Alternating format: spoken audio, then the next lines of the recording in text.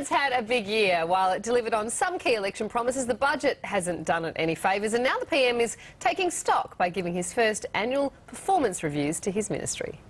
You know that awful moment when your boss says, "Mate, I think it's time we caught up for a chat about how things are going." "Yep."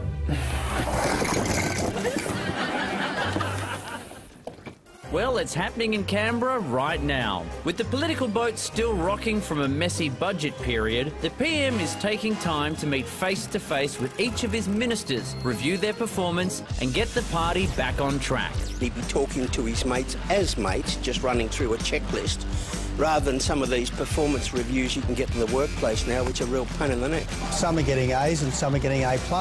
Not everyone will be worried about their one-on-one with the boss, like Julie Bishop, who recently overtook Malcolm Turnbull as the government's most popular minister. This is a competent and trustworthy government which promised that we would stop the boats, scrap the carbon tax, that we would build the roads. So that's a gold star for Scott Morrison, Greg Hunt and Warren Truss as well. And we would get the budget back under control. But more than 4 months after Joe Hockey handed down his first budget, the Treasurer is still struggling to get much of it over the line. Oh yeah, he also said this. The poorest people either don't have cars or actually don't drive very far in many cases. Joe's going to have a very tough meeting with the Prime Minister, and it won't be his first. Joe's a great bloke, but he's made some bad missteps this year. And if history shows us anything, at least one of the PM's chats could prove to be a little awkward. Let's just move over here, Malcolm. OK, are there any questions that people would like to ask? Malcolm Turnbull, who's got a slightly fractious relationship with the Prime Minister. Lots of people talk about him as an alternate leader, and he's more popular. I think that might be quite a difficult meeting. So who will win and who will lose in the PM's performance reviews? And when the dust settles, will the government be the same? Josh Frydenberg is the Parliamentary Secretary to the PM. Josh, you're close to the PM. You've been a fly on the wall of these reviews, haven't you?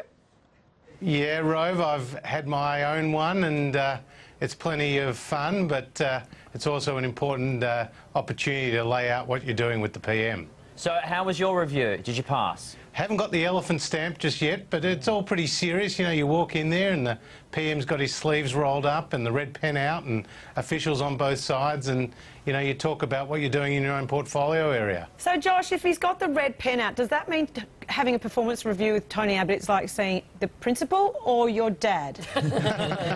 Much more like the principal, because I know in my meetings with my dad, at the end of it he says, "I love you, son," and I never got that from the PM, I tell you. But is he tough, Josh? Is he sort of a tough love kind of guy in those meetings?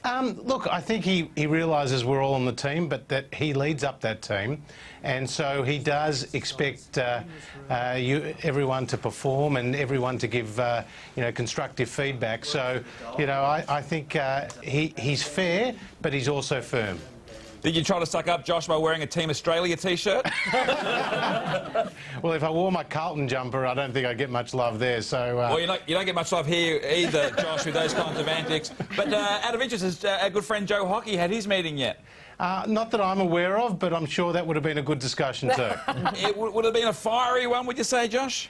You know, there would have been plenty to discuss, but, you know, the other thing, Pete, is they're regularly together in meetings of the Cabinet, so they have a good sense of each other's priorities and where it's all going. But, you know, we've got a tough budget to sell, and that no doubt would have been the subject of Joe's review with the PM.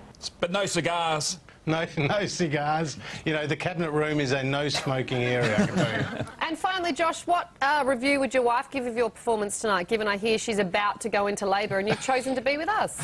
Well, she's a great fan of the show, so she gave me a leave pass tonight. But, wow. You know, time will tell when I get home whether she's giving me the tick or the cross. So, Carrie if it's a girl and Rove if it's a boy? And Peter if it's either, huh?